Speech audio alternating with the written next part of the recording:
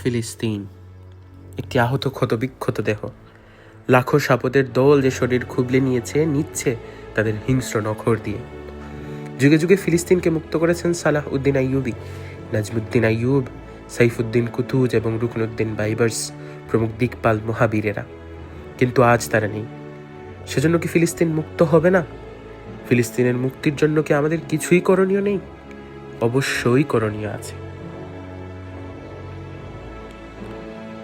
ফিলিস্তিন ইস্যুটা যেন কখনো স্তিমিত হয়ে না যায়, কিংবা ব্যাপারটাকে যেন কখনো ভুলে না যাওয়া হয়। ফিলিস্তিনের ব্যাপারে কোনো আলাপ আলোচনা ব্যতীত আপনারা 1-2 দিন অতিবাহিত হয়ে যাওয়া থেকে সাবধান থাকুন।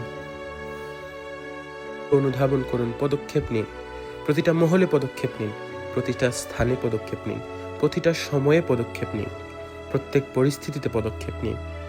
আপনার বাড়ির পরিমণ্ডলে ফিলিস্তিন নিয়ে আলোচনা করুন। আপনার বাবার সঙ্গে, মায়ের সঙ্গে, আপনার ভাইয়ের সঙ্গে, বোনের সঙ্গে, আপনার সন্তানাদির সঙ্গে, নাতি নাতনির সঙ্গে ফিলিস্তিনের ব্যাপারে কথা বলুন। আপনার আত্মীয় স্বজনের পরিমণ্ডলে ফিলিস্তিন নিয়ে আলোচনা করুন। নিকটাত্মীয়, দূরবর্তী আত্মীয়, আপনার পরিবারে যত আত্মীয়কে আপনি চেনেন সবার সঙ্গে ফিলিস্তিনের ব্যাপারে কথা বলুন। আপনার বন্ধু বান্ধবদের পরিমণ্ডলে ফিলিস্তিন নিয়ে আলোচনা করুন। আপনার কর্মক্ষেত্রে ফিলিস্তিনের ব্যাপারে কথা বলুন। এই সংকটপূর্ণ সময়ে খেলাধুলা, টুর্নামেন্ট, লিগ, বিশ্বকাপ, সিরিয়াল, ধারাবাহিক নাটক, মুভি, অমুক ব্যক্তি, তমুক বিষয় ইত্যাদি সম্পর্কে আমাদের কথাবার্তা, বিতর্ক সব একপাশে ফেলে রাখা আবশ্যক। এই সব কিছু পরিহার করে আসুন ফিলিস্তিন নিয়ে কথা বলি। এমনকি বাইরের কোনো পরিমণ্ডল যেখানে আপনি ঘটনাচক্রে কোনো পূর্ব প্রস্তুতি ছাড়াই উপস্থিত হয়ে গেছেন, সেখানেও ফিলিস্তিন নিয়ে কথা বলুন। আপনি কোনো ডাক্তারখানায় অপেক্ষা করছেন, ফিলিস্তিন নিয়ে কথা বলুন। আপনি কোনো বাস, মাইক্রোবাস বা ট্যাক্সিতে বসে আছেন, ফিলিস্তিন নিয়ে কথা বলুন। অতঃপর এই জনমত তৈরির পরিমণ্ডলকে প্রশস্ত করার ব্যাপারে ভাবুন। কোনো সংবাদপত্রে ফিলিস্তিন নিয়ে একটা কলাম লিখুন, কিংবা কোনো পত্রিকায় একটা বার্তা দিন।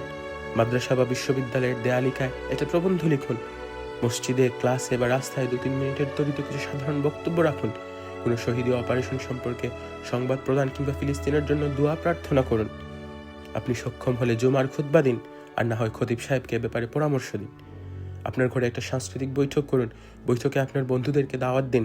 ফিলিস্তিন ইস্যু নিয়ে আলোচনা করুন। বিষয়টার গুরুত্ব বুঝাতে তাদের সঙ্গে কথোপকথন বা সাক্ষাৎকার, বৈঠকের আহ্বান করতেও কোনো বাধা নেই।